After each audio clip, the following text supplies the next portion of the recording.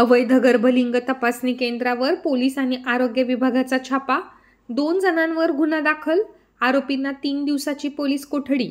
बुलढाण्याच्या सुंदरखेड परिसरातील तार कॉलनीमध्ये अवैध गर्भलिंग तपासणी केली जात असल्याची गोपनीय माहिती मिळाल्याने आरोग्य विभाग आणि पोलीस विभागाच्या पथकाने संयुक्तपणे छापा मारला असता त्या ठिकाणी अवैध गर्भलिंग निदान केले जात असल्याचे निष्पन्न झाले।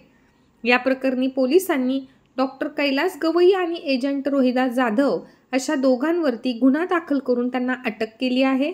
सोबतच तपासणीसाठी वापरले जाणारे साहित्य जप्त करण्यात आले आहे।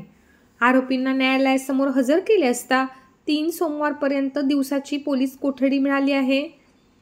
पोलीस तपासात अवैध गर्भलिंग निदान करणारे मोठे रॅकेट उघड होण्याची शक्यता वर्तवली जात आहे।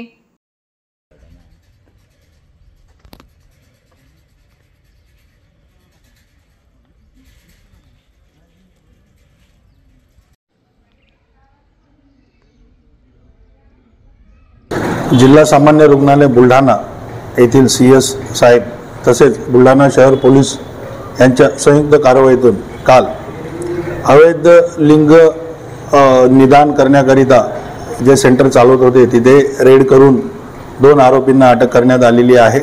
त्यांच्याविरुद्ध गुन्हा दाखल करून त्यांना कोर्टात पाठवण्यात आलेले आहे। त्यांना पुढील तपासकामी PCR मिळालेला आहे। सर, आरोपींची नावे काय? रोहिदास जाधव आणि कैलास गवई। आतापर्यंत किती गर्भलिंग निदान त्यांनी केलेले असं काही आढळलं? त्याबाबत तपास चालू आहे। सर, किती दिवसाचा PCR मिळालेला? सोमवारपर्यंत मिळालेला आहे।